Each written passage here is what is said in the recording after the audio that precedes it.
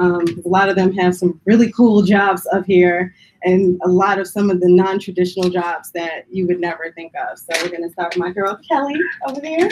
Hello, everyone. I'm Kelly Coleman. I am head of industry partnerships and sponsorships and corporate events for Nielsen. So for the folks that don't know what Nielsen is, we're the TV ratings company. I'm sure that's what a lot of people would automatically assume. But we are the leading global performance and measurement insights company. We provide data and insights to retailers, to broadcast networks, all of that, and we're measuring what people watch, buy, and listen to. So that's kind of the gist. The thing about what I do is I work in our global communications team, and I am leading our marketing events. So whenever we are sponsoring something, I am pushing out our platform, our thought leadership, and messaging that way. I'm programming our C-suite executives to speak on stages like Cannes Lions Advertising Festival, Advertising Week. I don't know if anyone's familiar with those forums. And then also my team, we lead the corporate event side. So we are producing Nielsen-owned events for our clients to come to learn more about the work that we're doing and how we're innovating the media and industry. And she's also from St. Louis. Yes, I am. What high school did I go to? For those, I went to Lutheran North. Oh. Okay. And I grew up in Hazelwood. Hey, Hazelwood. Yeah. I danced at Best Town Center. So. You're official. Yeah. Official. I like emos. So the next person on our panel is my homeboy. We've been friends for 10 years, Mike Taylor. Hi again. Most of you, kind of know my story by now, but Mike Taylor, director at Teambo, which is team marketing and business operations, essentially kind of an arm of the NBA that consults with our teams to help, drive revenue, drive strategy, and ultimately develop our talent within our teams and within our league. So happy to be here, excited to continue our conversation from earlier. Next is our awesome CEO and fearless leader here at Lead Dog. I always say that for me, it's about culture and working for someone who truly cares about his employees. And I think Dan is really one of those CEOs, honestly, the first CEO that I've ever worked for who actually cares about how his employees feel. Are they happy? I remember my second week here, he came to me, stopped me in the stairwell and was just like, do you like the projects you're working on? Are you happy here? On a scale of 1 to 10, how happy you are here? So I'll let him introduce himself. She said a 3. I was very disappointed. Well, right back at you because I said to Shauna earlier, it's pretty awesome what she's created with this organization and the exposure and opportunities that it's creating and the networking and so forth. So should be very proud. Thank you, Dan. And I'm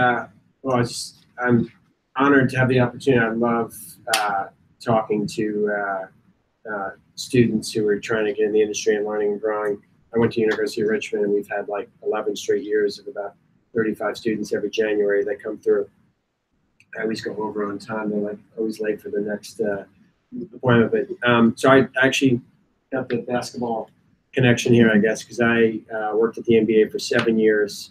It's funny seeing we got next because I worked on the launch of the WNBA when we first started, and that was our first tagline when the league started in 1997, which someone here mentioned they were born in 1997. I'm the old guy on the panel. I was like, whoa, but worked a bunch in basketball. Moved to Atlanta on behalf of the NBA, ran the basketball at the 96 Olympics, and lucky enough to help launch the WNBA, which is still going strong. And then left and went backpacking around the world for about a year, 10 months to be exact, and had incorporated Lead Dog beforehand and came back and started Lead Dog in '99. So it's been 18 years now, and very lucky to work with some great people like Camille, who just joined, and Shauna and many others. So we're a sports marketing agency. I say that to sports groups, but we're really more of an integrated marketing agency. Sports is about 25% of what we do. We do a lot of different marketing programs from Hulu to Oprah to a number of things which we get into. Audi, but that's more sports marketing. But so I do think, as someone said earlier, there's a lot of ways sports and entertainment and opportunities to get into the industry that aren't just working for a team or a league. So a Knicks bag, I'm a lifelong Knicks fan, which tough season. So anyway, excited to be here. Awesome. So we're going to move on to another longtime homie of mine, Chris, who was at MSG for 14 years and recently left and went over to the NBPA as they launch and grow their Think 450 platform. But he's like one of the most important people in sports that people don't know, but really do know. So. He says that all the time. I don't know why. But yeah, like you said, my name is Chris Jean, Director of Grassroots Basketball and Events for Think 450, which is the innovation engine of the NBPA. The NBPA is, as you know, is the union for National Basketball Players Association, the National Basketball Association. Part of my job is 3 parts: handling all of the grassroots events for all 400 players of the NBA. Also, you guys have been to our space before, figuring out how to ways to create revenue opportunities for that space, and also trying to increase the brand awareness of Big 450 and get all 450 players of the NBA. So we're gonna move on to Camille. We just started working together 2 months now, but she's become my girl here at the office, so I'll let her introduce herself. Hi everyone, I'm Camille Curry. Actually yesterday was 2 months here, so excited. I'm the Director of Strategic Communications here at Lead Dog. So that means directing and overseeing all of the communications, PR, and social initiatives for our many different diverse clients and accounts. The reason why I really love Lead Dog is that because I have such a diverse background and interest, I get to touch on many different areas. So from sports, business, we have tech client, food and beverage. So it's really exciting. I did start out my career in sports. My first job out of college was at ESPN as a production assistant, long time ago, and transitioned along the way to fashion and done some stuff in business and technology. So yeah, it's been a wonderful ride, but I'm happy to be here and to help you. Camille was also a professional boxer, so retired. Retired professional boxer. 10 years. 55. So I won't, Yeah, we gotta flex a little bit. And the last person on our panel is another one of our professional members. He's in our MIS group, Paul Beckles, who is with Translation, but has a cool story throughout the industry. So I'll let him announce himself. Yeah, Paul Beckles. I'm not from St. Louis, but I am from Philly. So anybody that Our Temple chapter is here. thank you for that. But my current role is I'm on the business team, the account team at a creative agency called Translation. Kind of the face of our shop is a guy named Steve Stout, who's pretty relevant and kind of noted for self-proclaimed as the steward for pushing our culture forward. Been here doing some amazing work working on our Nike account, our Brooklyn Nets account, as well as the NFL, which has been some of the best, most interesting work, I'll say. But oddly enough, today is actually my last day of Translation. I'll still tell you about it. And if you're interested, I can help you out. But I'm actually transitioning, oddly enough, to a role of Director of Partnerships at an agency that just was created 3 weeks ago to be the sales arm for Chris and the Think 450 innovation arm of the Players Union. So Chris is actually my client now. That's the cool. That's awesome. He's a great guy. Yeah. But my backstory is I worked in the NBA for 6 years, worked for the Sixers, had plenty of meetings with Teambo, working in sponsorship, before that, ticket sales. Also worked for Learfield, overseeing sponsorship revenue for a couple different athletic programs, college based. All right, thank you, everybody. So we are going to dive right in. Like I said before, and I think I've said this to a lot of you guys, I hate panels. I think they're boring. I think a lot of people come and give you this cookie cutter dream of, I started in inside sales, I worked really hard, and now I'm the president of Team X. And no one talks about how much the transition in the journey sucked sometimes. So they feed you this dream, and then you hop into the industry and you're like, I hate this. I don't want to work here anymore. So I really chose this panel because I feel like they're going to be real with you. They're going to really tell you things that they've gone through and how they've overcome that. So the first question I want to ask is, so you've done a little internet stalking and you found the person who has your dream job. What is your idea of the best way to connect to that person? Were you going around? Yeah, let's just go down the line. Oh man, okay. Shoot, I haven't thought about this. Okay, let me think. Or just like anyone that you've cold reached out to online, or somebody that you found. I usually am always about the personal connection. So I'm gonna find that linkage, whether it's a person, event, or something, and that's where I'm gonna either figure out the way to shine. So I am all about using my network. So if I find someone that has a job or a company that I'm really, really interested in, I'm reaching out to everyone, their mother, their cousin, if their grandmother knows this person, I'm reaching out that way to build that connection. So I'm not really good. I don't really do the cold call. I'm gonna figure out a way of where we're linked and then try to attack it that way. So whether, like I said, if it's joining an organization or if it's going to key events that I think this company or this person is a part of, they're a board member of, things like that, that's gonna get me in the room with them, then that's more of my approach. Right? It's a good question. I think I told you guys my story of how it started, just literally just going online, finding hiring managers and just kind of sending random emails. But I think now if there's a job I want, or if there's someone that I want to get to know, first I would maybe see if there's maybe a connection through someone in my network that maybe can kind of make an introduction. But if not, maybe, I would start with maybe kind of just studying kind of their moves and things they do. Maybe I see an article that, that person just won an award, or that person had a great quarter. And so I may just send them a note on LinkedIn and just congratulate them on, whatever success they may have, and just kind of use that as a way to introduce myself, and not so much come right away like, hey, how can you help me? But, just kind of, get your name on the radar by just saying, hey, saw this cool article about you, congratulations, we'd love to maybe connect sometime if you have time. So, I'm a little bit more, I think, subtle, not as aggressive, but, there's different ways that work. Yeah.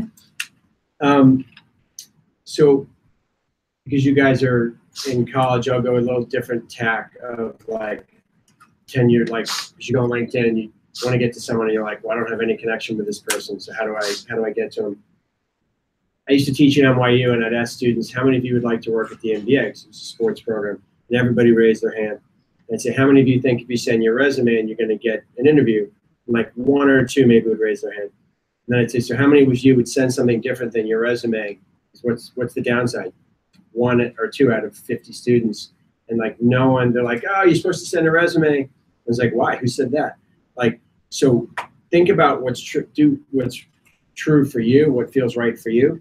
But like Mary Kate, who works here now for about 4 years, she sent me a tube, and I didn't open it for like, I think 2 months. Was sitting there. I'm kind of a slob. If you look at the office over there, you'll see this. And finally, one night I was cleaning up the office and opened this tube, and it was this like long poster that was like 100 cats and 1 dog. We'll call lead dog. And then she wrote a poem on the back of why she was the one that could stand out. And I was like, this is awesome. Told my wife about it. And the other thing that's true is don't stop after the first thing when you don't get a response. But I didn't call her. I was busy.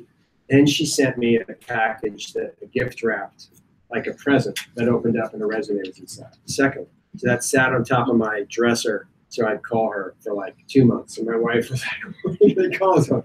Finally, on like a Thursday night at like 10 o'clock, I called her. I think she was at a keg party at the University of Richmond. There's all this noise in the background, and offered her a job.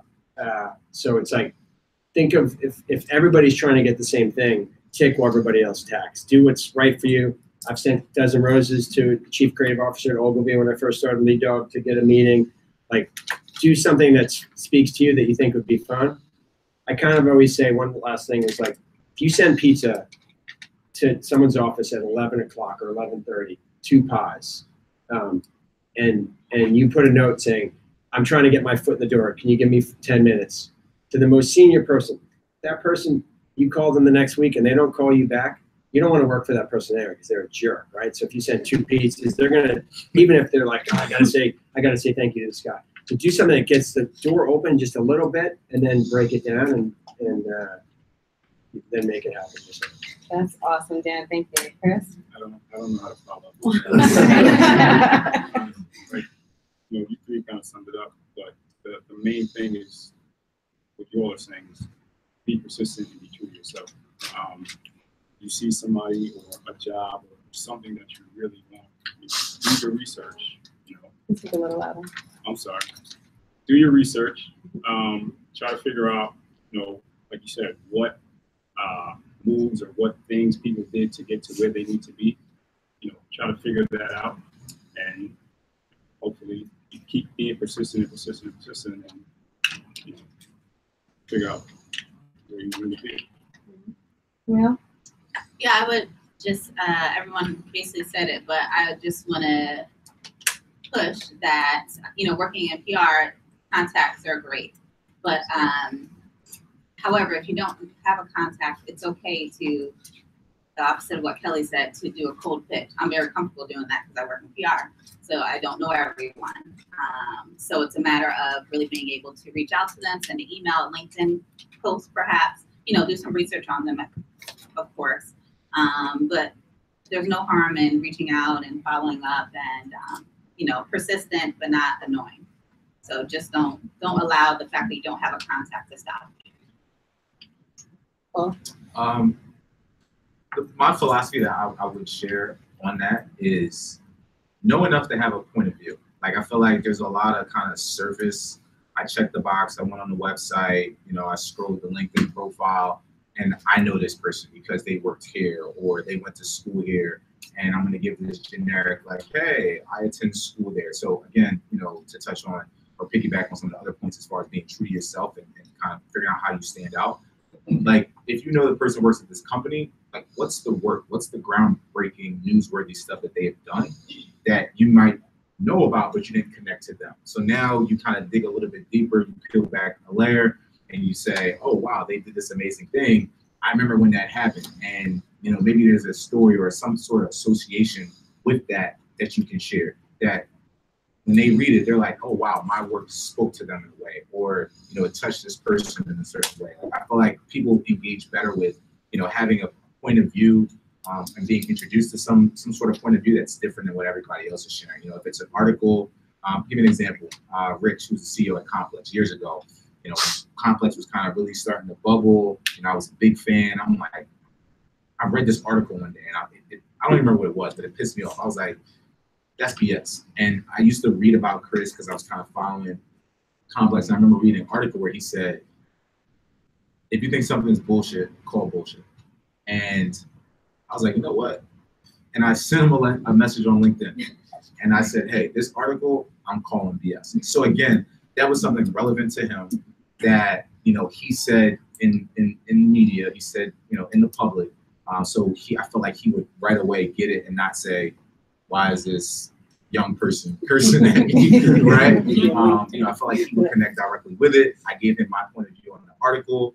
And, of course, I said all amazing things about Complex overall and what I thought they were doing well, and thought that, I could add value. It never became anything, but he did respond and say, send me your resume with his email. So just the fact that, a guy kind of at that level, super busy, that probably gets tons of LinkedIn messages, he read enough that he was able to connect with it, and I was able to get a response. So again, moral to the story is that I say dig deep enough that you're able to, have your own POV and something, specific about that person or that. Hey guys, and for the rest of the panel, we're not just going to go down the line anymore. So everyone can just kind of just speak out however the spirit moves you. So my next question is, a lot of us have been in the industry for a considerable amount of time. A lot of us have worked for the really cool brand name companies, and I think everyone except Mike and Chris has kind of worked for some of the smaller companies, some of the no-name stuff. So can you guys talk about choosing between that cool brand name like the ESPN, the NBA, or choosing that smaller company that people may not know, but you're going to get a really dope-ass experience from? I can speak to that because I'm not directly in sports anymore, and I got out of sports. I used to work for the New Jersey Nets, not the Nets, for 3 years. I was actually, Shauna, who is Camille's boss, was my boss. My boss too. And Shauna's boss as well. I love her. When I got out, when I started working at Nielsen 7 years ago, I was really concerned. Like, my jobs had been, I worked for Reebok. I was a field rep, so I worked from home. I had a territory. Then I went to New Jersey Nets, did that, worked for what was a cool brand. You know, we didn't have a good team at the time, but it, you know, that's still the NBA. Let's be honest. We don't need to go there. And then worked at Macy's on their annual event. So I was a part of putting on the parade and flower show and fireworks. And those were all deemed as like cool jobs that came with like cool benefits, event driven, consumer focused. And getting the Nielsen job, I remember the day before I started, I remember thinking, oh my God, it's about to be super boring.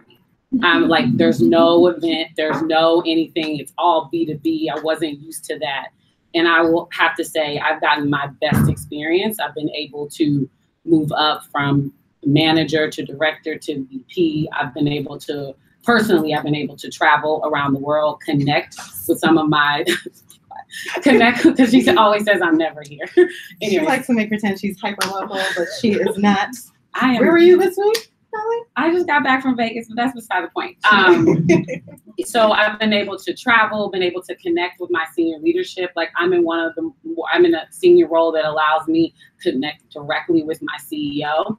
And I wouldn't have gotten that, but it would have taken me maybe a little bit longer than I would have if I hadn't have made that switch out of traditional sports. And the odd thing about it is, you know, when I look back, I'm like, I'm doing what I was doing before. It's just on a different scale, and it's just to a different consumer.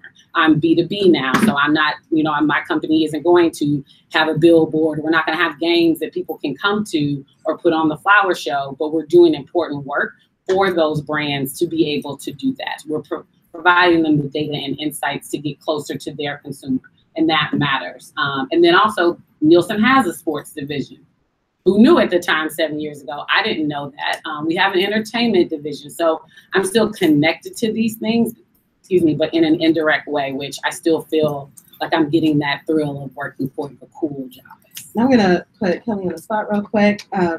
Talking about taking I always do this, all my friends know this, taking that non-traditional cool job. So she kind of blurbed over this, but Kelly gets to go to the south of France every year to produce their event at the Cannes Lion Advertising Festival. And this year, she just happened to randomly film something. And I'm watching the Oscars, and the Twitter commercial comes on. And who's in the Twitter commercial? But Kelly, who randomly happened to film it while she was in Cannes. So sometimes you're going to get that really cool experience from this non-traditional cool job because you decide to take that leap. And also because we're keeping it real, money. Yeah. I was just, you know, like, I mean, I loved working for the team, but they weren't paying the way where I wanted my life to go. And to be honest, that was a big factor in making switches as well. So I want to say that because she did say we got to keep it real. Yeah, keep it real. I would say that my piece of advice is know what you want and why you want it. Yeah. Like, I think we can attest to this, is that, you know, one day we woke up, I'm going to go do this, right? And grinded, and we worked hard at it, and we had progress, and then something changed, and there was a pivot made. like, you know, the goal or the level that we were trying to reach didn't change. It maybe was just a different target. And, you know, along the way, like, you just kind of have to know, again, at that point in time, what it is you want, or what's most important to you, and why you want it. Because, you know, again, being at the Sixers and big brand, I'm from Philly, so, you know, you couldn't tell me that wasn't a dream job. You know, I went in the barbershop. I was the man when I walked out. Oh, fall from the Sixers. Right? I didn't play, but I got as closer than any of my other friends did. Yeah, those tickets. And you know, there was a lot of kind of sexiness and cachet, and you know, there was a lot of shimmer to that. You know, my time there. But you know, there became a point in time where I felt like I was limited in certain things, in certain ways that I felt like I was ready to grow into. So once I understood kind of at that point what it was I wanted, and why I wanted it, I just narrowed it in and where can I get that still keeps me in my lane, that keeps me feeling like I'm progressing closer and closer towards my ultimate goal. And then I went to, you know, oddly enough, I went to another kind of big player in the space, which was Learfield, you know, super big $1 billion company. And I did that, but then it came a point in time in my life where I said, I feel too far removed from my culture. I felt like, you know, while I had a skill set and my job matched that, you know, product and environment and a lot of things didn't kind of fit with, at that point in time, what my passions were, you know, strongestly connected to. And, you know, I went looking for that. What's that opportunity? And I ended up at a, you know, creative agency that's this big in comparison to any other company I work for.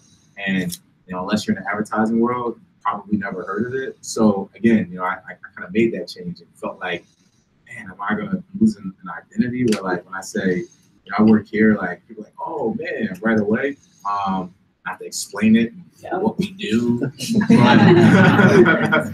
But you know, at that point in time, you know, it gave me everything I needed. So just know what you want and why you want it.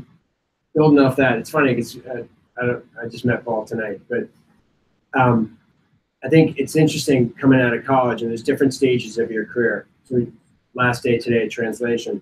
So I don't know how big translation is, but I've heard of them, think of them as a cool agency. And I don't want to speak for you, but now he's going to a cool startup, and I don't know a lot about it, but you'll see it's a very small world. So Sean Downs, who I've known for years, was a NASCAR, then did a short stint with CSM, our parent company, has gone there. You just came from the Garden. Sean was the Garden. So it's one theme, separate subject. Everything comes back around. So you're always making impressions, and like, now, you know, he'll ask Sean, oh, is Dan a good guy, or is Lead Dog good? And he'll, you know, so, but like now he's going to a space where he's probably going to be more entrepreneurial and have a lot more opportunities to do different things in a bigger role. When you're starting out, like, and it's tricky. So you know, we're Lead Dog. Probably none of you heard of the name Lead Dog before you were coming here, right? Like, so now it's different in the sports space. Now we're 180 people. We were Agents of the Year in 16 with a good reputation. But 10 years ago, if a college student was going to go home at Thanksgiving and be like, I can work at ESPN or I can work at Lead Dog, they'd be like, do they sell like dog food? Like, you know, and believe me, I've run into that with people who were like deciding between jobs at ESPN or the NBA. So like, there's a part of that you want to say to your friends, your family, but do the research yourself. People think when they're doing job interviews, they can't ask as many questions to the interview person who's interviewing. You'll gain more respect if you want to understand, like, so what's the dynamics here? Am I going to go to meetings? What role am I playing? Do I just work with my one boss? Because then, like, do I get exposure to different departments? Like, understand that and try and ask people that work there, like, what that's like. Because you can go work. A guy left Lead Dog years ago, and he went to work for the Eagles, his dream job. And I said, look, going into player salary cap, you're probably going to work just with your department and not get a lot of exposure. And he's like, it's the Eagles. I'm from Philly. He went there. He was miserable because he had one, and his boss was the only guy he worked with. The culture was, let me give you this thing. I didn't get any exposure. So make sure, like, you understand what you're getting into. And then the one thing I'd say, it's easy to say this, and you got student loans. Don't take the first job out of college because one job pays 40 versus one that's paying 30. Like, go where you think you're going to get the most exposure and learning, because the money will follow if you're doing good work, and you'll get promotions. And as someone that looks at resumes, when I'm looking at a candidate, like the name of their company, how big time the company might be, is not going to factor in. Like I want to see what were you doing. A fancy title is great, but like what was your impact? What did you produce? What experiences that you have? Because that's going to factor into how you will play into your next role. So a lot of people title chase or look for the hot company or team or whatever it might be. It's about what you're doing. What impact are you able to have that can lead to your next opportunity? All right, thank you. So we're going to get a little real right now. I'd like for you guys to talk about what is a mistake that you made that could have blocked or that did block an opportunity for you. While y'all thinking, I'll start. So when I was interning at a sports agency in Chicago, I had access to this thing called the Red Book. The Red Book is a book that all agents get that has literally every contact information at the NBA, from the president, GM, and owner down to security and the intern. Every cell phone number, every fax number, every email address, every office address. And I, thinking I was being creative, flipped over to that HR section and emailed every single person in HR at the NBA league office. I got an email from someone saying, stop. Please stop emailing us. This is not the way that you get into the NBA. So I say all that to say, as you're thinking about being creative and finding that thing to do, take a step back, do your research, and make sure you're not teetering on that point of being annoying. Because what I was doing was annoying people.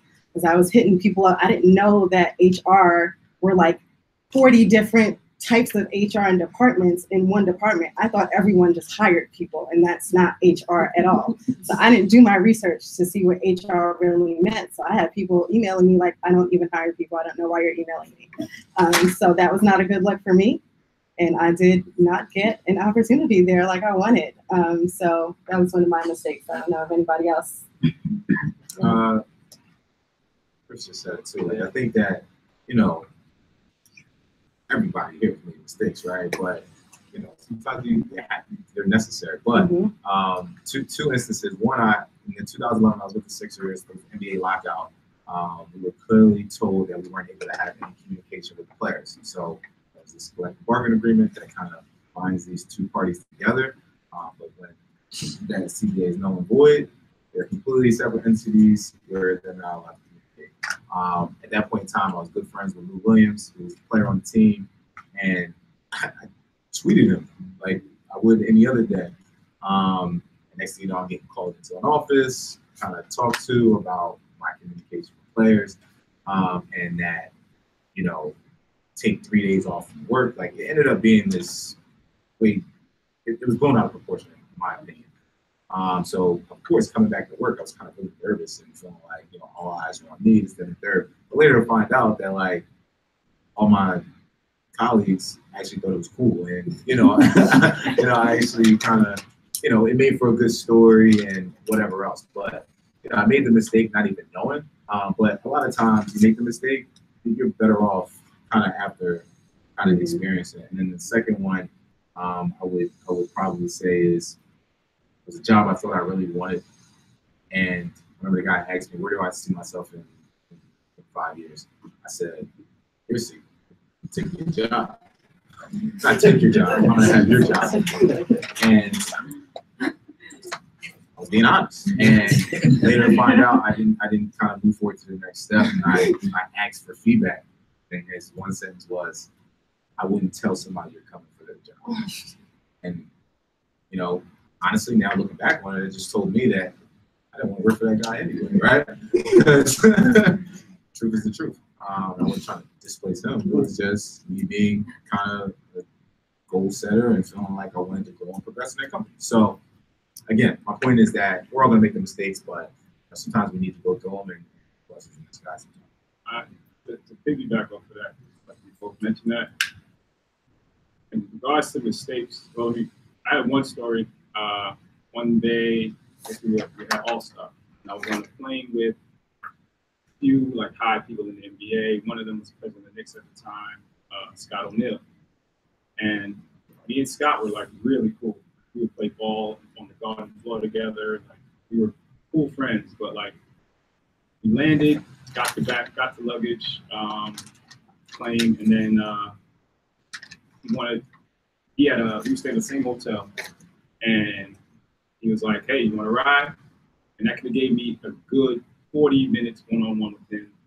And then I saw another friend. I was like, "Nah, I'm good." I just left it like that. And at the time, I wasn't as happy as I was at the Garden. So that could have been an opportunity for me to do something better or, whatever. But like looking back on it, I'm good where I'm at now. Like, I don't think about mistakes or, like you said, things are going to happen, but everything happens the way it's supposed to be. You just have to just think as positive as possible and look at the glows instead of, you trying to grow on something. Just think as positive as possible. Things are always going to work out, and that's just my mindset from day one. I just have a funny one. Oh gosh. My first job out of graduate school, I went to West Virginia, and I worked at the Garden. I was a communications assistant at the Liberty, Madison Square Garden, and game day was in charge of, overseeing all the game day runners and the stats and escorting any celebrities or anyone else that needed to get to their seats on the court.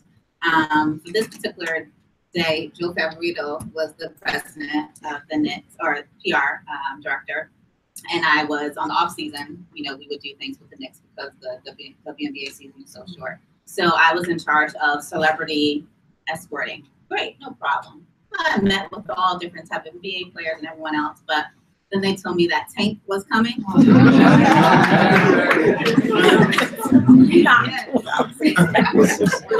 my mind, fanned out to the point it was bad. It was embarrassing. It was embarrassing, girls. It was bad. So yeah, I got talked to the next day. It was embarrassing. Yeah, I'll tell you later. So it was a mistake, but I taught myself how to, handle myself among everyone, including celebrities or people that perhaps had a crush on. I'm just curious. Who knows Tank in the room? No, yeah, I think we're too old. Okay, well, I'm too old.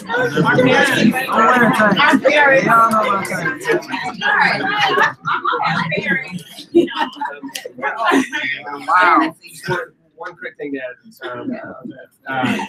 You never know, like, everything, what you believe, just because something doesn't resonate with one person doesn't mean that it's wrong. So like when Paul said to that guy, I would have been like, I love that. If someone's like, I want to be CEO, something, I'd be like, great, I want to hire that kind of person. So don't, now if you do something 20 times and it never has results, you got to adjust. Like, again, be who you are. One thing, just quickly, when I was at the WNBA, after I'd been at the NBA for years and had been promoted quickly, went to the Olympics, ran the basketball, like this big success. Then I came back to the league office and was part of the team, pretty small management team launching the WNBA. Totally new job. My boss, who was awesome, Val Ackerman, the commissioner, she was like in a big new role, so she didn't have any time for me because David Stern was breathing down her neck. I was totally over my skis. Didn't know. I needed a mentor, and I didn't speak up more. I was like not sure where to prioritize.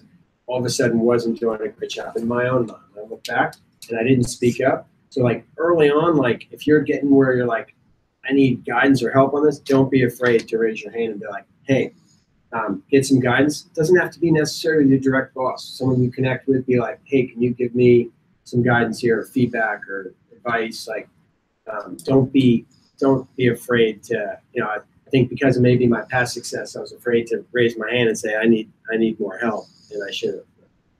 Just one last thing, I want to share a story, but don't be afraid to make mistakes. Like, again, they're going to happen, but one kind of successful mistake I always think about, a guy named Chris, who's the head of influencer marketing at Adidas. There's not an athlete or celebrity that they endorse that he's not, sitting next to and has a personal relationship with. and he was in a kind of mid-management role at Adidas, and they had just signed a new athlete. He was so excited, he couldn't believe it. He went to his phone and tweeted it, but didn't know that it wasn't made public yet. So this tweet ended up going viral, and I was essentially thinking he was on the verge of losing his job. And I mean, this is years ago in kind of early stages of Twitter, and that engagement and the kind of, everything that went on after he shared that tweet. He himself became an influencer, and they started to feed him information that he would put out, and he's now the head of influencer marketing at Adidas. Right? So it was a popular mistake. It was a very good mistake that he made. But again, not being afraid to make mistakes, you're going to learn from it, or if you're lucky enough, it may help you land a really good job. Fall forward. Yeah. And I think the one thing that I'd like to end on that note with is how you move on from the mistake, right?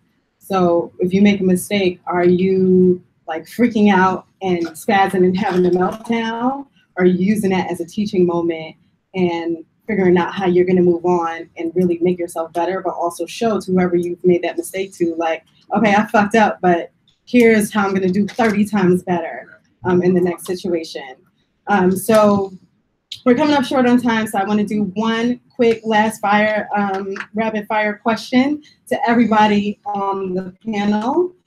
This is going to be my shit I wish someone would have told me about the industry. So we're going to start with Kelly and go down the list. Or, we'll start with Paul and come back down to Kelly.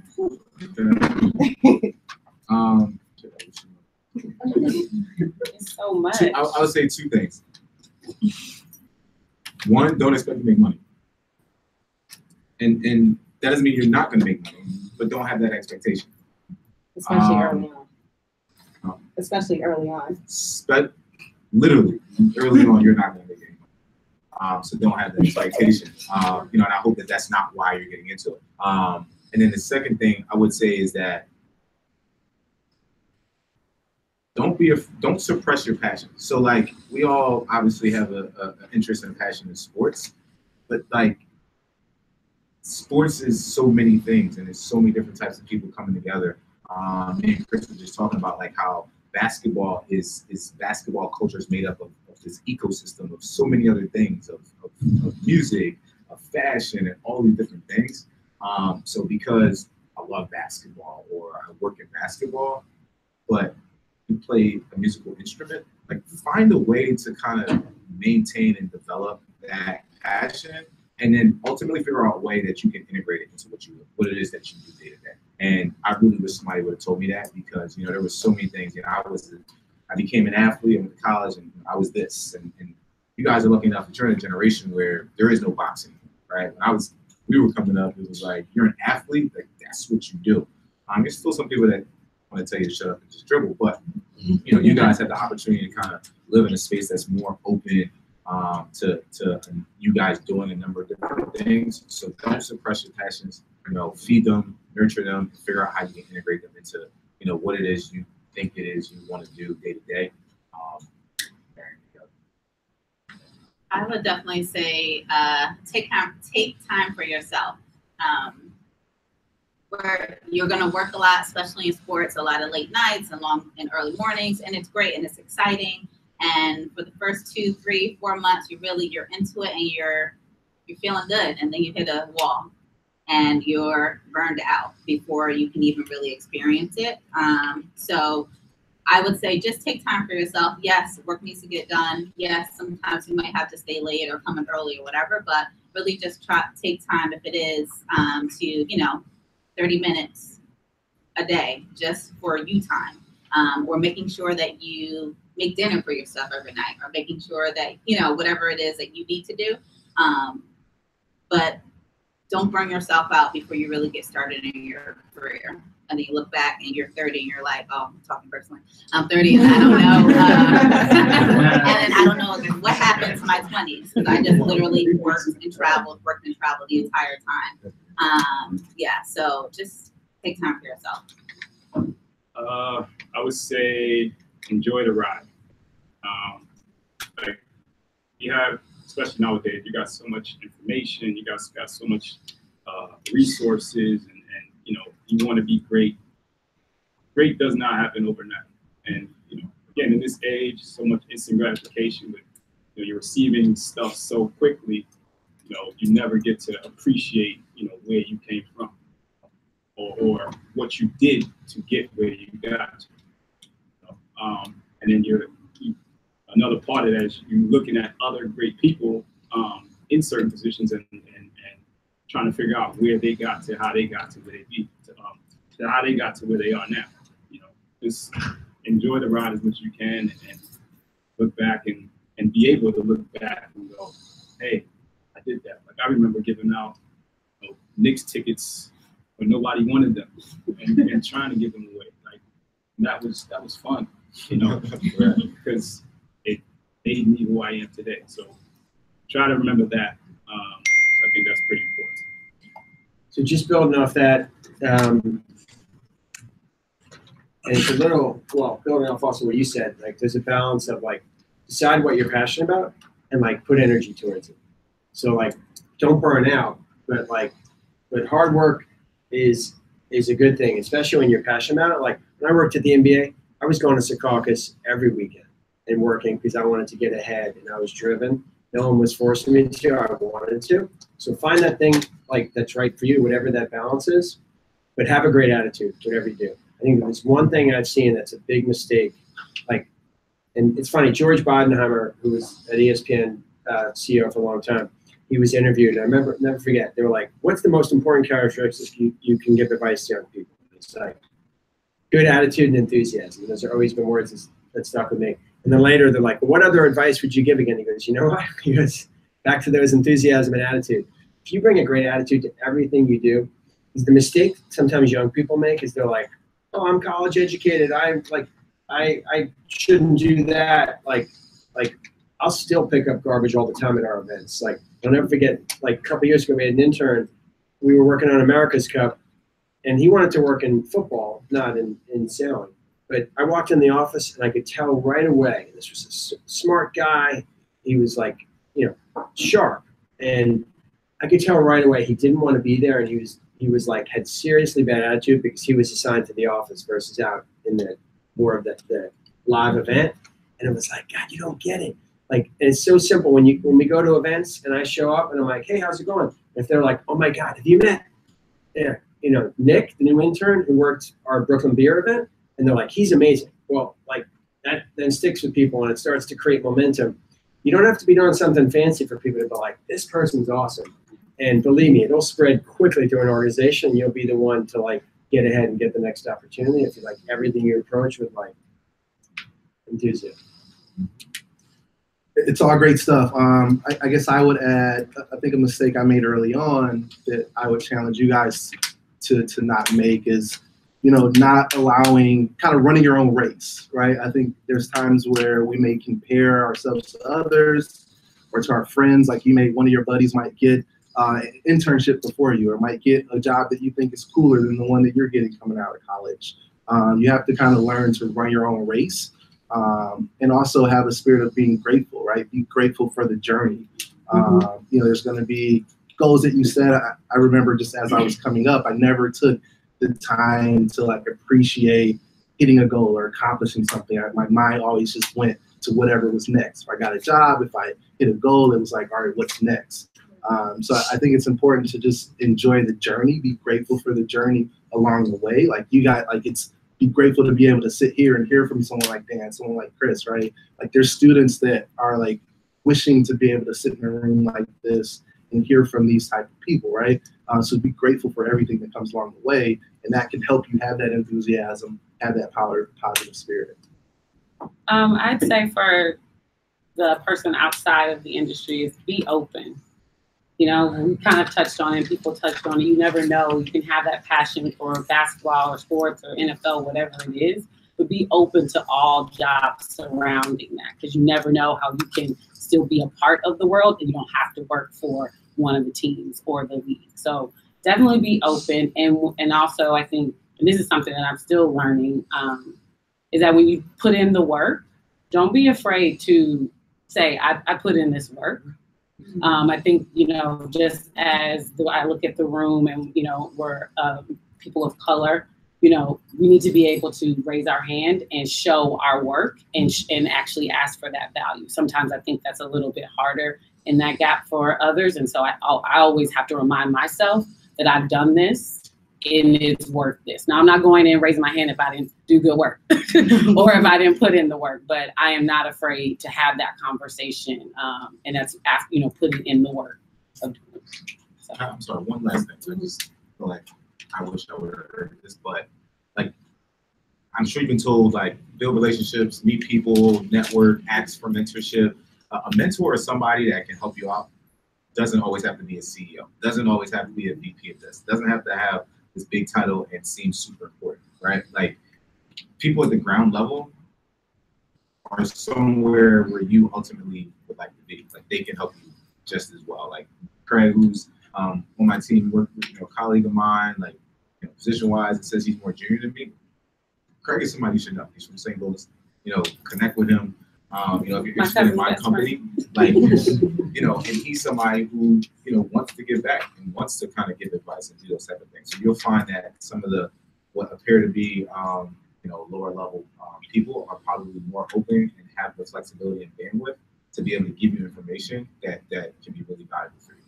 And before I open it up to questions, I know I have a couple of my professional members in here, so I don't want to leave you guys out. Do any of you guys have something that you wish someone would have told you? Any of y'all? Yeah. How y'all doing? I'm Craig. I'm the one that Paul was talking about. If someone didn't tell me, like, people didn't tell me that early on that I had to pay my dues. Like, you never stop paying dues. Somebody was up there just said, like, don't expect money right away. A lot of that is about paying dues before you get paid. You pay those dues so you can get paid later on. That's something that someone didn't tell me earlier on. I learned that later on. Go ahead, Kelsey.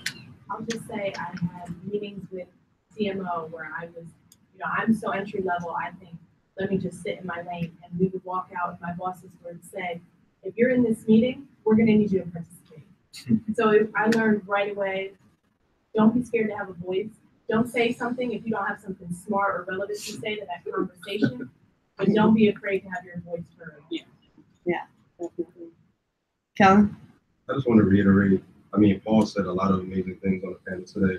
It's something that Mike said recently about just running your own race. I think that particularly with your generation coming up with social media, looking at Instagram all the time, comparing yourself, what you're doing right now versus what your friends are doing, you're always going to think that you're not doing enough. And just know that you are. I mean, what you're doing right now is amazing. You know, what China's doing, I mean, we met randomly like 2 years ago, and I was super impressed with her.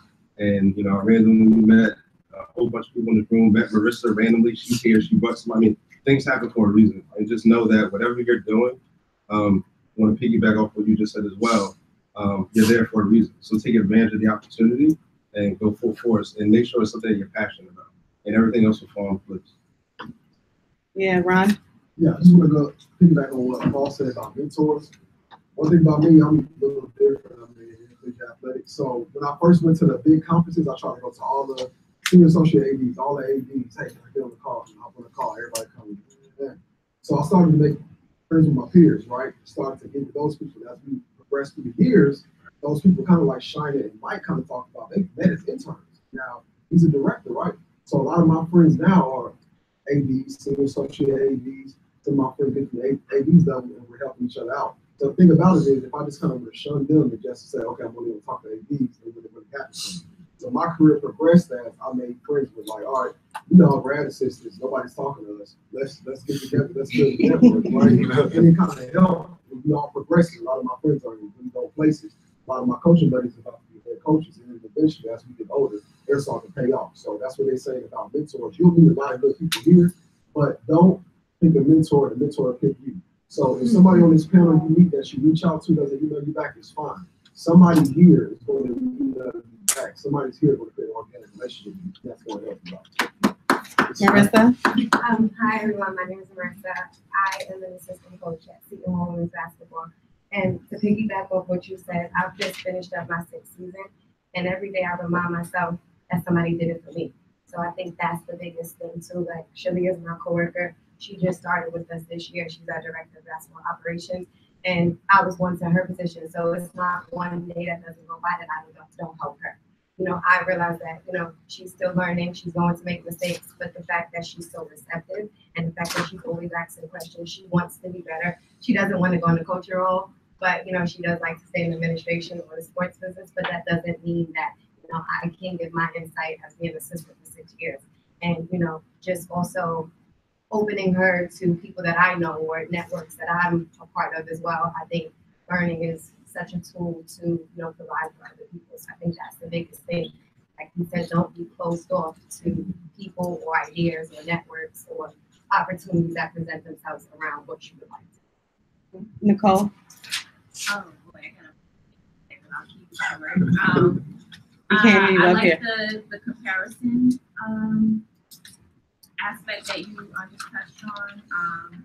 I'm in the group and I kind of just took a hiatus because I mentally checked out and I was not mentally well. So my mental health, because I was constantly comparing myself to others, it really took a toll on me.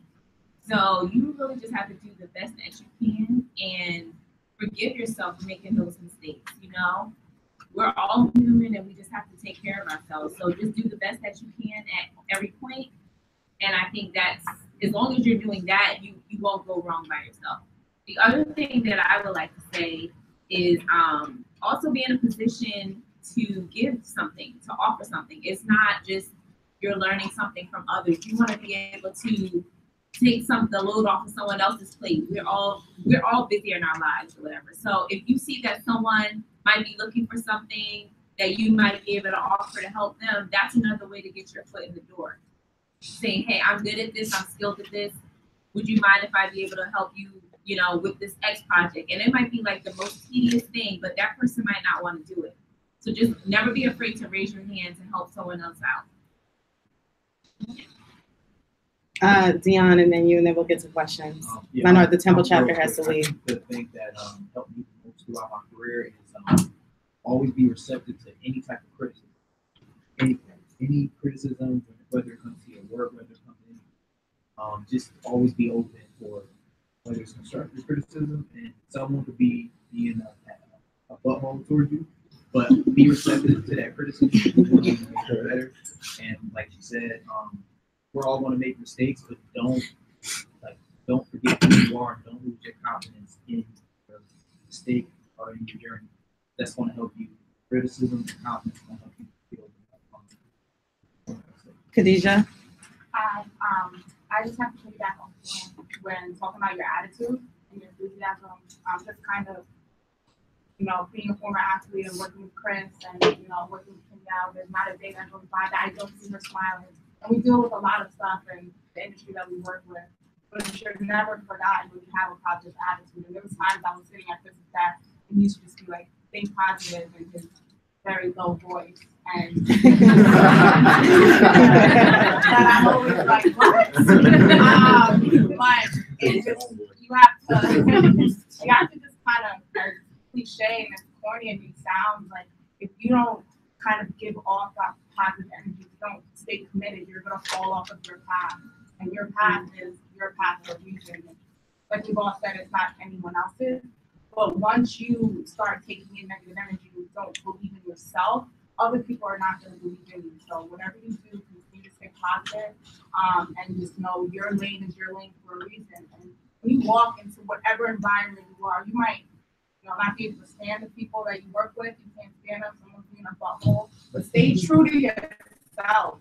Say good morning. Wake up with a smile. You woke up and saw another day, and you're in the path of something that you want to do. So your attitude is extremely important. All right. I know the Temple chapter, you guys have to catch the 7:50 bus. Are you still good on time, or you want? Okay. Awesome. So we're gonna open it up to questions. I know y'all have a lot of questions. So let's start. I'm sorry, I forgot your name. I'm Kyle Chin. I'm a Temple student studying Word and Rec Management. This question's for you, Dan. what inspired you and what keeps inspiring you to keep this company culture alive and to keep it progressing forward? One thing I should note related to Temple. So I went to Richmond and we made the Sweet 16. We were like the original Cinderella. We played Temple, who was #1 in the country. We're down by 6 at the half at the Meadowlands. I was so excited. Actually, our point guard was Kenny Atkinson, the head coach of the Nets. And then Temple crushed us in the second half. We lost by like 26, but a long time ago. But anyway, I think in terms of keeping the culture going, and let me make sure as I tell my story, I'm like, make sure I answer your question correctly. What motivates me to keep the culture going? It's interesting because we sold the company, or I sold the company 15 months ago. So it's been an interesting journey and path of transition to try and keep our culture strong amidst now a much bigger company that's based out of London. So that's a long story. But the short story of that part is staying true to what you believe. And what I've tried to do, being now having like a boss for the first time in 18 years and owners, is speak up for what I believe. Like, for example, they wanted to change our name to CSM months ago. And it just didn't make sense to me. CSM is a London-based company. Brand wasn't as strong here, the brand name. So I ended up fighting to keep the Lead Dog name and had a rationale for why, not just trying to be emotional, but have a rationale for the reasons why, and staying Lead Dog for now. I think related to culture, how you keep a culture going, I just spent 3 hours this morning with a new employee breakfast. It's supposed to be an hour, and I get excited. But I'm a big believer of using sports analogy. The San Antonio Spurs have been great for years because when one player goes on, there's another player stepping right into the role. So we're only as good to keep a culture going as China joining. And Juan, who's been here, it's about 2 years now, and Camille coming in, and then also people that have been here for 10 years believing in like trying to do things from a service mindset and doing things that may not be the right way for somewhere else, but what things we believe in. That starts to permeate when you have a strong culture of people that have been here for a long time, but then ideally bringing in new people who bring also fresh perspectives. So not trying to hire everybody who, like, in terms of resumes, I love when you find someone like, I don't think people share this enough in their stories. Like, put on your resumes all this stuff, and I never understand why people put Excel and PowerPoint and all this stuff at the bottom instead of like what you're passionate about, and tell more stories. If you play guitar or what you read, like, it's like Excel's like, that you graduated. So, you know what I mean? So like finding those interesting dimensions that adds perspective to make us, hopefully, because we're trying to be an agency that's bringing broad perspective. And so trying to just keep adding interesting, eclectic people to the mix that keep us interesting and learning. And every time you bring in someone with a new perspective or from a different background, or actually Nico, who's been taking photos here, is from Colombia. When he started at Lead Dog, he didn't speak a word of English 10 years ago. And it's kind of a funny story. He started, our creative director was Colombian, and kind of brought him in, and all of a sudden he's in the office. I'm like, who's this guy? But that's how we hired a lot of people back then. But just trying to add things to the mix. And I think when you guys go to wherever you start working, like, bring your perspective. I forget who said speaking up, but like Brittany, who works here now full time, she was an intern and came to a meeting we had with this like pretty influential person who had a TV show. And she said, do you have any questions? Before anybody could speak, Brittany had done her research, had like studied this woman's website and what she did, and said, really smart question. And I'm like looking down and going, who's this? I didn't know that. Like, and so you can make impressions all the time. You don't have to have the title or 10 years of experience to add to a culture. Thanks. Next question. Okay. I'm so sorry, I forgot your name too. I'm trash. I'm Julian. I have a question for Kelly. With Nielsen, how is it tough to try and adapt to a market that's kind of drifting away from television into more, online? Does your company try and adjust to that, or do you try and stick to what you know? what's the general consensus? Well, TV is still king, so it's still a king of content. But no, so Nielsen is innovating in the market. We've been in the business for over 90 years for a reason. So we are not just measuring from TV. We are doing more of a cross-platform measurement. So we are measuring from your mobile to your computer to your iPad to your Kindle, whatever, those kind of things. We are measuring all of that, and it kind of there's a cross-platform metric that we have. We're also innovating in the retail CPG space as well. That's actually where Nielsen got started. Most people know us for our TV metrics, but the bread and butter of our business started from CPG and retail and that path to purchase. So there are metrics there, and then we're also from a listening perspective. We just acquired a company, Arbitron, about 3-4 years ago, where it's all about radio and audio. So we have measurement and insights in all of those spaces. We're innovating in that way. Next question. I forgot your name too. You know anyone's? Yeah, introduce yourself. Rio. Temple chapter. You guys get home safely. I'm not sure if y'all leaving yet, but yeah, get home safely. Rio. Are you guys still trying to like move up in your company? Or y'all just saying like that? What y'all drive well? Not true. You're CEO right now. Well, when you say move up, meaning I move up like to like a higher rank because company those who are not like CEOs like yourself. Look, I'm CEO, so I'll start. You guys add like you're always learning and growing. And someone said earlier, like titles, especially in the sports industry. Listen, titles don't mean anything. I mean, they mean something, but like there's too many people actually in the sports industry who get to become head of marketing for a sports team and think they're cool because of that. It's like, really, we all went to kindergarten. We all get nervous at things like, so try and look at it from the standpoint of like I'm always trying to continue to learn and grow. And like now actually we've been acquired. So there's all these new people in an office in London. You can be learning every day. And it's whatever those goals are for you, growth, learning, money, there's obviously different criteria, but if you're doing those things, the promotions and money will follow. Like you will end up making really good money. You have to pay your dues and climb the ladder, but like just keeping that attitude and approach, and good things will flow.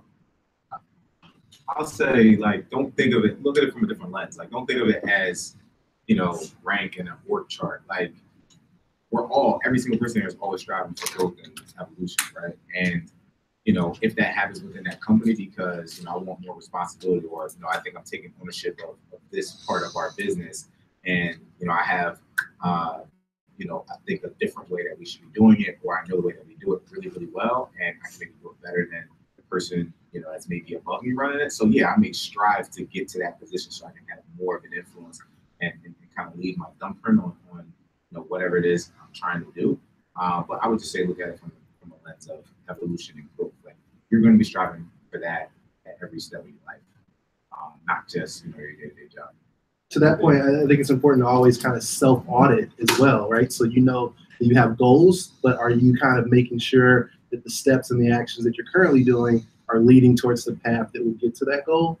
So it's important to kind of, whether it's every quarter or every few months, kind of just reevaluate just the steps you're doing, your day-to-day, your habits, and if there's kind of do it to kind of the overall goal of what you want to get to. I will also just say that part of the growth is not always going to come with a title change. So you can take on different things. So like I just started taking on our corporate events team. I didn't go into Nielsen working in events directly, but now that I've taken that responsibility on and I'm leading a team of 9 covering our big client events across Nielsen globally. So that's a project but it's now a responsibility that rolls into me, but it's, I wasn't going in there looking for that. So you got to be open to those opportunities as well.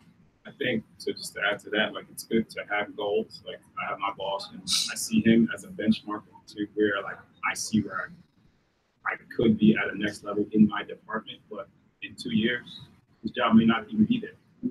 So like to Paul's point, like You want to come, you want to look at something, you want to see where you want to be, but then also when you get there, and like Mike is saying, figure out how you put your own spin on that, how you make your own impression to prove your value. Kim, did you want to add something?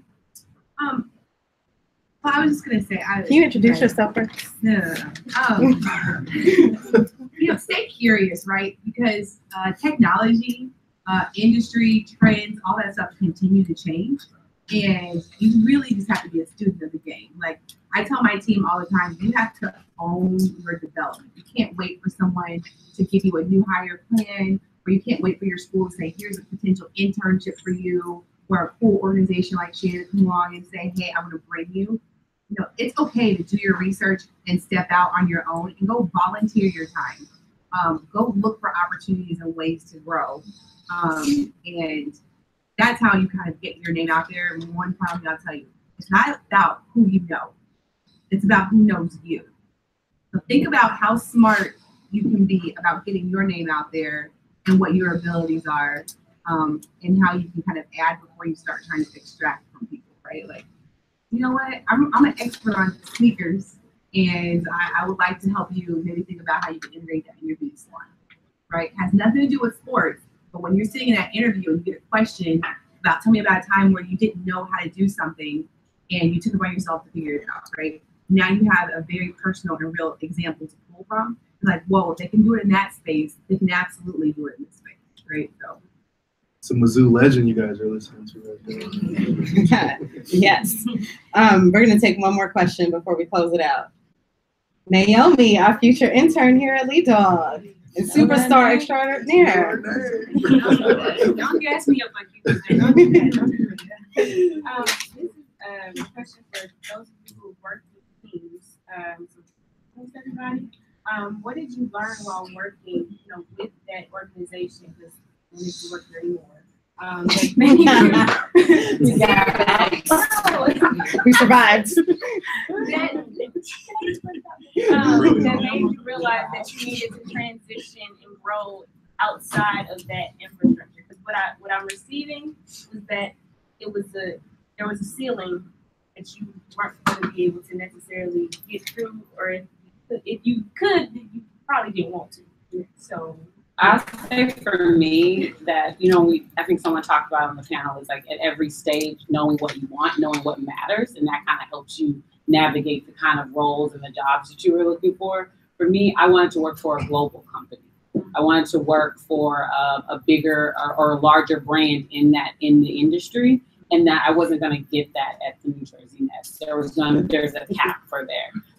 So for me, it was important for that. And also, because you said we're keeping it real, I wanted a little bit more flexibility of my time. So, there's a lot of grunt work. I didn't work for a baseball team, but a basketball team. I was at that stadium, every arena, every other day, where people would ask you, what do you do during the daytime? I'm like, I'm at work. And it's 2 o'clock. Yes, I'm still at work. And for me, it was just a point where I wanted to transition to something that was a little bit different. But mostly it was because I wanted to work for a global company. And I'll add to that too, since I also worked at the Nets. And I actually met Kelly right after she quit and left us. And I was starting there. Yeah. Working for a team, I felt like was very, very limited. Because you spend so much time there, especially in season, I seriously do not know how people work for baseball teams because there's so many games. You're there so much. You end up being in this little siloed world of just that team, and you spend way too much time with your coworkers. And for me, it just felt so limiting. And I realized, what you said, there really is a ceiling. So I learned that if you work for a team, and you have people who are lifers at team, and they love it because they love that being comfortable in that space. You have to really, really have a passion for a team and working for that team. You have to really love. If you people who work for the Knicks, they have to really, really love the Knicks and love the passion and want to see that team be great. Or maybe not. Maybe I'm wrong. But Chris was on a different team though. Chris was. He was in his own little world. But for me, it was just super, super limiting. So I realized that's not what I wanted to do. And I know Kim is over here at MSG too. But for me personally, it was too limiting for me because I was like, I don't see myself like really growing. And it wasn't like, I don't care about titles, but I was like, I don't see myself really growing out of the space that I'm in and learning. So. But there is growth there. Yeah. So I don't want to, I feel like yeah, teams are bad. So I think for me, like I love the team side. See? I'm a team guy at heart. Like I Mine is a look at, lifer. Yeah, I mean, for me, I love the grind. I love the, like I had a passion for it.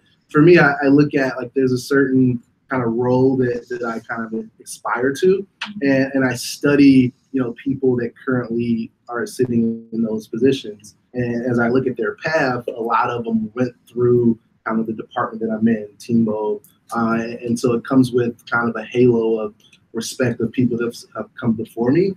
And so it gives you an opportunity, one, to kind of expand and learn the entire business. So then you can eventually, a lot of people springboard back to a team. And so that's kind of, the thought for me is eventually I'll be with the team again.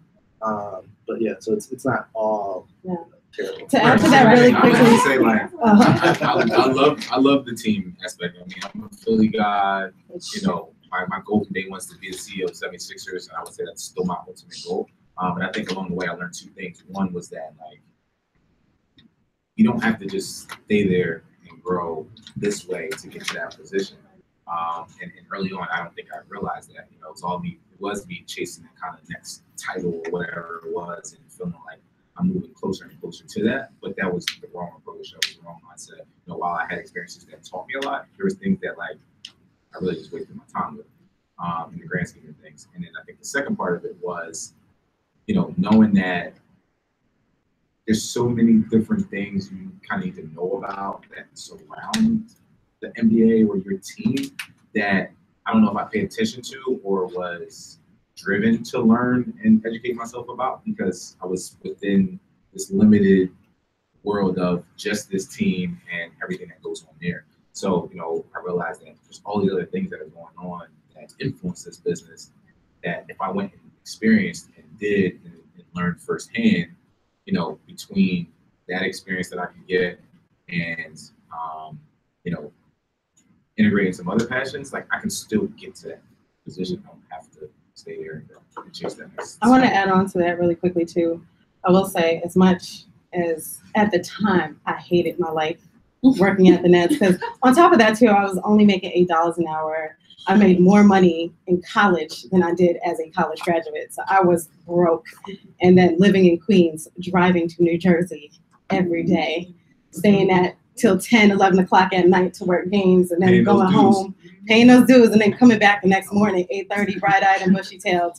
I will say that working at a team has, I'm triggered. I will say working at a team has taught me a grind that I haven't gotten since in any other position. Like I can go in selling for a team that the season at the time, we were like going for the worst record in NBA history with 12-70. I remember we like lost 18 games in a row. Yeah, y'all still hold that at the Sixers. But we like lost our first 18 games in a row. And this is like my first like step into sports. And people were like, wow, that sucks. But I learned how to sell.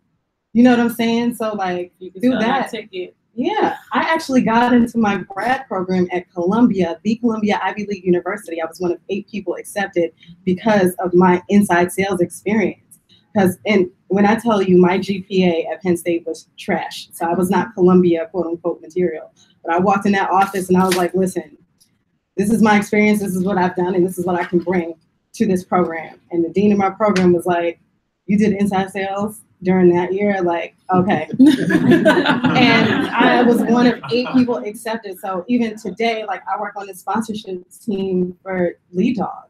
And my job now is to like sell the properties that we work on and try to get sponsors to come on and convince them to be a part of whatever property I'm working on. And I got that from like grinding at the Nets and trying to convince people to pay $200 for a ticket that they could have gotten on razorgator.com for literally $5. It was like more expensive to pay for parking at the Izod Center than it was to buy a ticket online. at the game. So that taught me a grind that I wouldn't have been able to get anywhere, and I haven't gotten since. I would say don't be afraid of sales too. I feel like a lot of times it comes with a bad rap, but like maybe ultimately your career doesn't go down the path of ticket sales or sponsorship sales, but you're always selling at some point. Either you're in an interview trying to sell yourself to a potential employer, maybe internally you have an idea that you have to sell in to your CEO to get it on the board. So there's always elements of selling that will exist no matter what career path you take. Just ditto. That if you can learn how to sell, like Sports Business Journal said to me one time, they're like, with 40 under 40, they're like, it tends to be a lot of people who drive revenue, because like ultimately, if a company doesn't have revenue coming in, guess what? People are being fired. Like nothing matters if there's not revenue coming in. So obviously, every function is important. But without the money, like there's no company. So if you can learn to sell, like you can translate that to so many things. And like you said, like everything is selling, whether you're convincing someone to, get paper clips or not. Lance, did you want to add something? I did. I can relate to everybody's experience. I worked for the Pistons. The great Detroit Pistons. They're not really that great. I was there, they had, probably the worst record that I've ever seen in basketball. But my title was account executive, so paper I was tasked to sell tickets, mini plan season plans, but the team was doing so bad that they opened up the floodgates for us and said, if you can sell it, sell it. So I actually appreciate them not being good because I had a chance to have a hand in marketing, signage, and suite sales, and naming rights, and all that type of stuff. So I would say my advice, if you do get the team, is take advantage of opportunities. I was afraid to venture out to other departments because of disability. So when I did leave the Pistons, I actually got my next job at the University of Kansas City as a director. All the things that I learned while at the Pistons because I was in I love my job at the Garden. I was there for like 14 years, a lot of different capacities. Literally started from like the ground up. So like, working part-time, working summer camp first, then building up to working seasonal, to then working part-time, doing over 200 community events a year, speaking to people when they hated the Knicks, trying to give out tickets to people and having them like laugh at you in your face. But one of the most important things I learned was just like, don't take stuff personally. Just keep going. It was like, they would laugh at me and I'd be like, I would get mad, like, why are you mad at me? And then I'd be like, you know what, whatever. Next person, hey, next person. So like, be persistent in that. The Garden is a very, very interesting place. It can be, everybody knows, it can be very weird, but it can be very corporate, right? And as a person, as a minority, that can be intimidating because it is a big machine. So, one thing I did learn was even though I stayed the course and all that, like you have to know how to speak up for yourself. When you see an opportunity, that opens up that you really want, because nobody's going to look out for you. Do that. There are a lot of great, talented people there, but structure-wise can be a little crazy because everybody's not looking out for your best interest as a minority. That's some real stuff. So knowing what you want, knowing what to go for, and then like someone said in the back, if you have something to say and add to something, don't be afraid to speak up and say that. The reason I left was, some of what she was saying. As people as big as their Garden people may think it is, or as big of a name as it is, I didn't think it was as global as people thought. And I wanted a bigger opportunity. We did a lot of great stuff, and it was always kind of tied back to ticket sales. I wanted to do more than that, and I wanted to touch more people globally because I feel like that's the way the world is changing. So I saw a great opportunity to work with the most marketable players in the world, and here I am. All right. Let me just add one thing. I, coming out of grad school, the garden was my dream job. And I applied for the job. I didn't get it initially. I went back home to Connecticut and I started working for a semi-pro baseball team. So I knew I'm in PR, I have a degree, I want to work in sports. And maybe I was there 2 months and got a call from the garden. Whomever they hired before me didn't work out and they called me in. Yes, I got my dream job, my first job out of college. I was so excited. And it was a wonderful experience. Worked hard, a lot of hours, like Shina said, late nights, taking that train back from Connecticut, early mornings. I think my starting salary was $26,500 with a master's degree. So I was excited. I was happy. It was my dream job. It was exhilarating. And then at a point I saw that there wasn't going to be a lot of growth. I was going to be an assistant for a while, which is fine, but I knew I could do more. So I just chose to look outside and look for another position. But yeah, it's very political and the garden is what it is. But yeah, just look outside of the teams. I think there might be a lot more opportunities.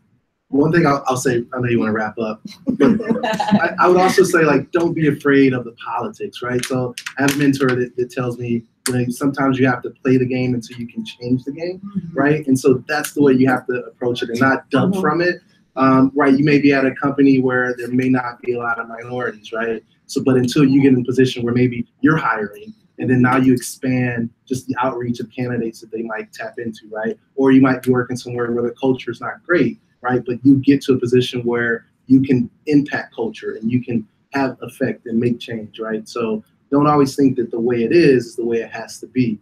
Like, you can get to a position where you can change things.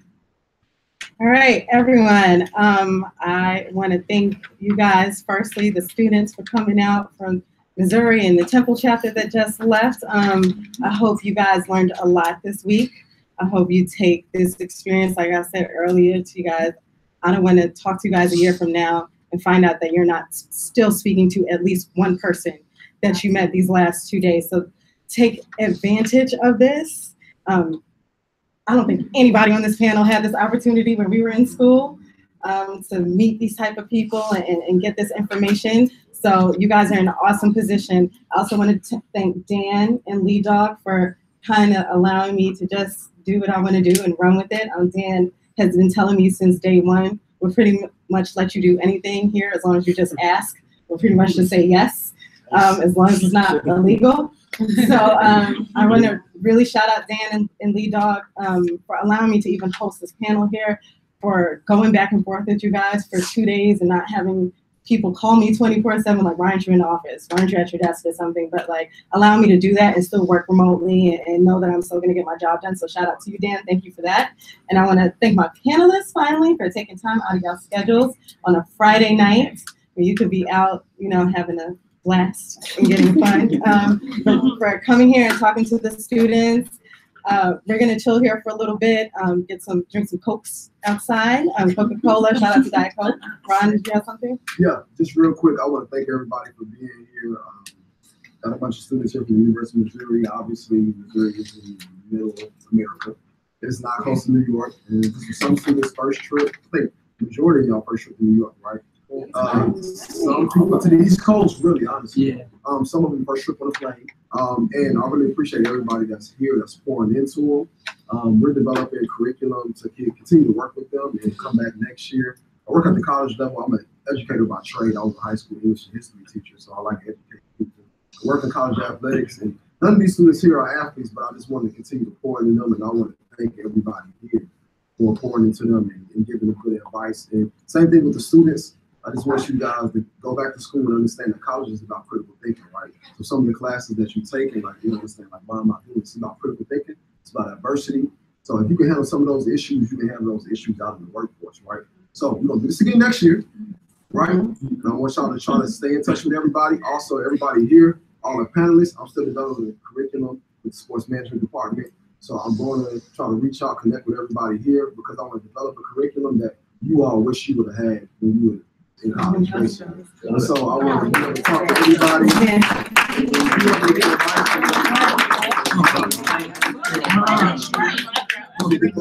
Basically, I just want to say thank you to the panelists. I want to say thank you to everybody that's here. And I want to say thank you to the students because they had a fundraise. This was expensive. Okay, Yes. so that is fundraise. Shout out to the Missouri students. Everybody's a salesperson. Yes. So to add to that, to really shout out to you guys, because I remember Naomi called me and was like, we want to come to the East Coast and we want to do this spring networking trip. I think it'd be a great opportunity. We're going to try to raise $9,000. And she was like, can you just send this out to your members and have everyone donate $100? And I was like, I think this is a really good learning moment for you. And I know you can do it. And I pushed her and she did what she had to do. And y'all are here right now. So y'all all need to say thank you to Naomi. But outside of that, we are here.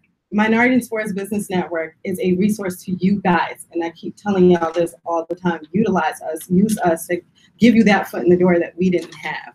So I want to say thank you to everybody again. Eat some snacks, please. We paid for it. Drink Coca-Cola. Shout out to the brands. They're Lee Doc's client, so drink all the Diet Coke. And have a good time, and then we'll head out of here around like 8:15, 8:30. All right, thank you again.